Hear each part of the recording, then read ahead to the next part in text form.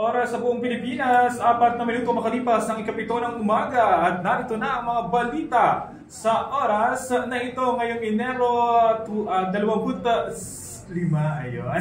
January 25, 2025 at narito na mga ka-vibes ang mga maiinit na balitang umingay nitong nakaraang linggo. Ayan ating balikan ang mga balitang nasyonal ngayong umaga. Chinese national sa dalawang Pilipinong kasabwat nasa kote ng NBI dahil sa umano'y pag-espiya. Senado hinimok na ipasa na ang panukalang batas na nagbibigay ng 1,000 pisong pensyon sa mga senior citizens. Pangulong Marcos sinabing nagsisinungaling si dating Pangulong Rodrigo Duterte hinggil sa aligasyon nito sa 2025 national budget. Prevention of Adolescents Pregnancy Act umani ng magkahalong reaksyon mula kay Pangulong Bongbong Marcos. At ilang mga senador umatras sa pagsuporta sa Anti-Teenage Pregnancy Bill. Samantala, Pastor Quiboloy na ospital dahil sa pneumonia ayon sa BJMP. At 15 pisong minimum na pamasahe sa mga jeep nire-repaso na ng LTFRB. At US President Donald Trump lumagda ng ilang executive order kabilang na ang pagkalas ng Amerika sa World Health Organization. At yan mga ka-vibes ang ilan sa mga balitang nasyonal na umingay ngayong linggo para naman sa detalye ng mga balitang yan.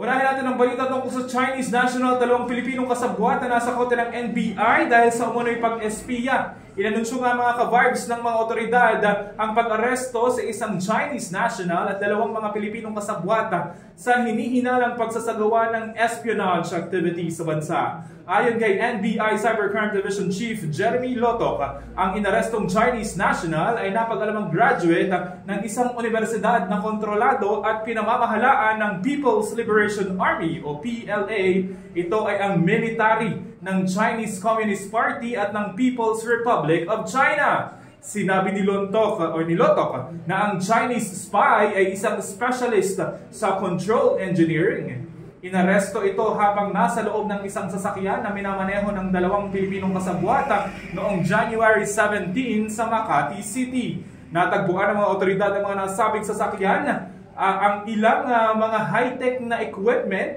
na ginagamit umano sa pag-espiya. Ayon kay AFP Chief of Staff General Romeo Browner Jr., ang grupo ay pinamumunuan ng umano'y Chinese spy ay bumisita sa mga lugar kung saan matatagpuan ang Enhanced Defense Cooperation Agreement o EDCA sites at posible raw na ito ay for military purposes. Samantala, ang Senado naman po mga ka-vibes ay hinimok na ipasa na ang panukalang batas na nagbibigay ng 1,000 pisong pensyon para sa mga senior citizen. Ayan, magandang balita po ito para sa ating mga ka-vibes na senior citizen. Dapat daw aksyonan na ng Senado ang panukalang batas na nagbibigay ng 1,000 pensyon sa lahat ng senior citizen bago matapos ang 19th Congress. Ito ay ayon kina Acting Appropriations Panel Chairperson Representative Stella Kimbo at United Senior Citizens Party List Representative Milagros Aquino magsaysay. Ang House Bill number 10423 o ang panukalang Universal Pension for Senior Citizens Act ay inaprobahan ng Kamara sa third and final reading noong May 2024 pero nananatiling pending sa committee level sa Senado. Ang House version ng panukalang batas ay unang nagbigay ng 1,000 monthly pension para sa mga indigent seniors habang ang mga non-indigent senior citizens naman ay makakakuha ng 500 pesos. Sa parehong House version ng nasabing bill ay nasasaad na ang lahat ng seniors ay kailangang makakuha ng 1,000 monthly pension sa loob ng 5 taon mula sa pagpasa ng batas. Sa Senate version naman, ang panukala na inakda ni Senator Risa Ontiveros ay nagbibigay ng halagang 1,500 monthly pension para sa lahat ng mga senior citizens. Samantala, sa ibang balita naman mga ka-Varg, si Pangulong Marcos ay sinabing nagsisinungaling daw si dating Pangulong Rodrigo Duterte. Ito po ay hinggil sa aligasyon nito sa 2025 national budget. Inihayag nga kamakailan ni Pangulong Ferdinand Bongbong Marcos Jr. na nagsisinungaling daw si dating Pangulong Rodrigo Duterte sa mga binanggit nito na aligasyon na may mga irregularidad umano sa 2025 national budget. Sinabi ni Marcos na bilang dating Pangulo, alam daw dapat ni Duterte na hindi pwedeng ipasa ang General Appropriations Act o GAA ng may blanco.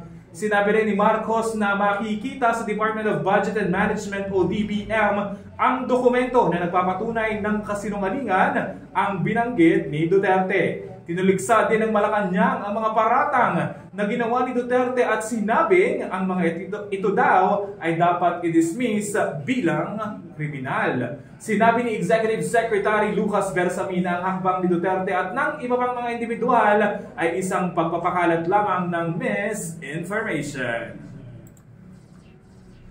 Samantala, sa iba pang mga balitang nasyonal mga ka-Vargs, Prevention of Adolescents Pregnancy Act umani ng magkahalong reaksyon mula kay Pangulong Bongbong Marcos.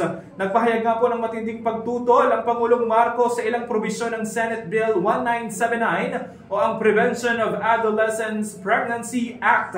Partikular na ang approach nito sa sex education. Ibibito niya raw ito kung ipapasa sa kasalukuyang estado nito. Iginiit ni Marcos ang kanyang suporta para sa sex education, ngunit tinanggihan ang mga umano'y woke elements sa panukalang batas at tinawag niyang ridiculous at abhorrent. Sinabi ni Marcos noong nakaraang linggo na sinusuportahan niya ang sexuality education para sa mga bata makalipas ang ilang araw. Ay ipinahayag naman po ng Pangulo ang kanyang pagkagulat matapos daw niyang basahin ng detalyado ang panukalang batas, lalo na sa mga elementong hina-hypersexualize daw ang kabataan. Pinuna din ng Pangulo ang mga iminungkahing turo, kabilang na raw ang tungkol sa masturbation. Kabilang sa kanyang pagtutol sa ilang mga probisyong inulit ni Marcos ang kanyang suporta sa pagtuturo ng mahalagang paksa tulad ng anatomy, mga kahihinatnan ng maagang pagbubuntis at mga panganib ng human immunodeficiency virus o HIV.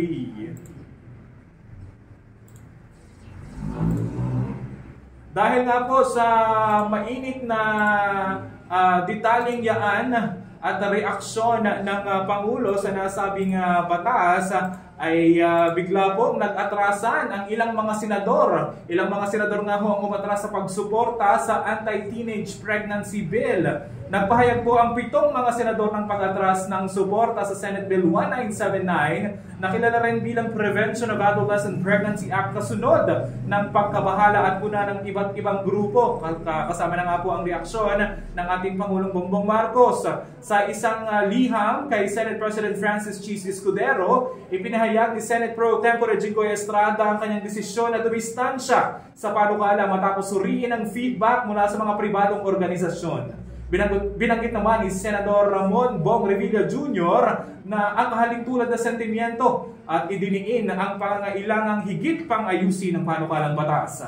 Ayon naman kay Senador Nancy Binay, kailangan pa ng mas malalim na pag-aaral hinggil sa panukalang batas na ito. At binigyang diin din ni Senador Cynthia Villar ang kahalagahan ng konsultasyon at paggalang sa sentimiento ng publiko. Sinabi rin ni Senador J.B. Ejercito na kailangan ng karagdagang pag-aaral at konsultasyon sa mga stakeholders bago maaprubahan ang batas na ito. Kabilang din sina Senador Loren Legarda at Senador Bongo sa mga umatras mula sa pagsuporta sa nasabing batas. Samantala, sa kabila naman po ng pag-atras ng mga senador, binigyang pansin ni Senate Minority Leader Risa Ontiveros ang nag-akda po at nag-sponsor ng Senate Bill 1979 ang disinformation na nakapalibot sa panukala at nagmungkahi ng mga amendment upang matugunan ang mga pagtutol.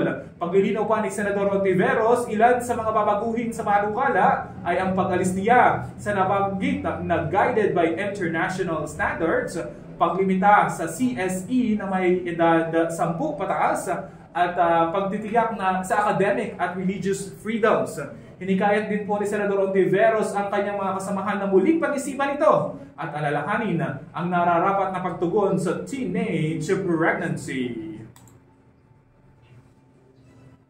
Samantala mga ka-vibes, si Pastor Kibuloy po ay na-ospital itong mga nakaraang araw dahil daw po sa pneumonia. Ito po ay ayon sa BJMP. Dinala nga po sa ospital si detained Kingdom of Jesus Christ o KJOC leader na si Pastor Apollo Kibuloy noong Sabado, noong nakaraang linggo po ito, matapos ang umano'y magreklamo na hirap ito sa paghinga ayon sa Bureau of Jail Management and Penology. Dagdag pa nito, inirekomenda ng attending physician sa Rizal Medical Center ang ospital kung saan naka-confine si Pastor Kibuloy ay ipagpatuloy ang kanyang confinement at na-diagnose nga daw po siya na may community-acquired pneumonia. Tiniyak naman ng BJMP spokesperson Jail Superintendent na si J. Rex Bustinera na nananatili sa ilalim ng kustodiya ng BJMP si Kibuloy at mahigpit ang seguridad na ipatutupad habang nakakonfine ito sa ospital.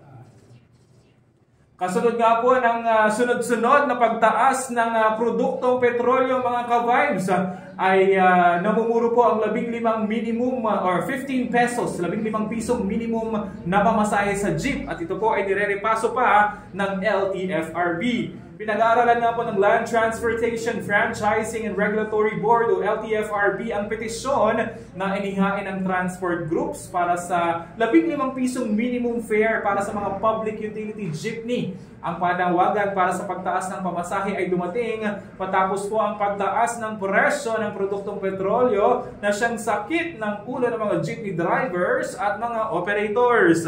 Binigyan din naman ni LTFRB Chairman Chofilo Gualis III ang pangako ng board na babalansehin ang kapakanan ng transport operators at ng mga commuter. Sa paglipaso sa petisyon sa pagtaas ng pamasahe, sinabi ni Guadis na isa sa alang-alang ng LTFRB ang mga salik gaya ng dual price trends, inflation rates at ang economic implications sa mga commuter. Balitang abroad naman tayo mga ka-vibes. Kung inyo po matatandaan, abay nanumpa na po at naluklok na muli bilang Pangulo ng Estados Unidos si US President Donald Trump.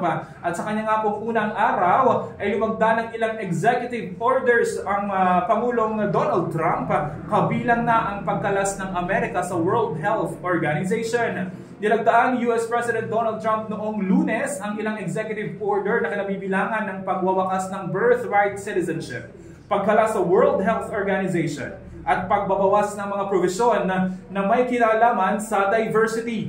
Dahil sa hakbang na ito mga ka-vibes, aalis na po ang bansang Amerika sa United Nations Health Agency sa loob ng 12 buwan o isang taon at ititigil na din ang lahat ng mga financial contributions nito. Ang pag-alis niya ito ay may malaking posibilidad na magdulot ng peligro sa mga programa sa buong organisasyon. Ayon po yan sa ilang mga eksperto sa loob at labas ng World Health Organization. Lalo na daw ang mga tumutugon sa tuberculosis o TB na tinaguri ang world's biggest infectious disease killer. Gayon din ang sakit na HIV/AIDS at iba pang mga health emergencies. Mabilis din po na kumilos si Pangulong Trump upang tuparin ang mga pangako sa kanyang kampanya na babaguhin o aalisin ang mga patakarang ipinatupad ng administrasyong Biden na ginawang prioridad ang pagpapatupad ng mga diversity measures sa buong federal government. Pinapawalang bisa na po ni Pangulong Trump ang 78 executive orders na nilagdaan ni dating Pangulong Joe Biden, kabilang na ang hindi bababa sa 100 mga patakaran na sumusuporta sa racial equity at paglaban sa diskriminasyon laban sa LGBTQ+ community. Samantala, binati naman ni Pangulong Bongbong Marcos si Pangulong Trump sa kanyang pananungkulan at sinabing umaasa siya sa pakikipag-ugnayan sa bagong administrasyon ng Amerika.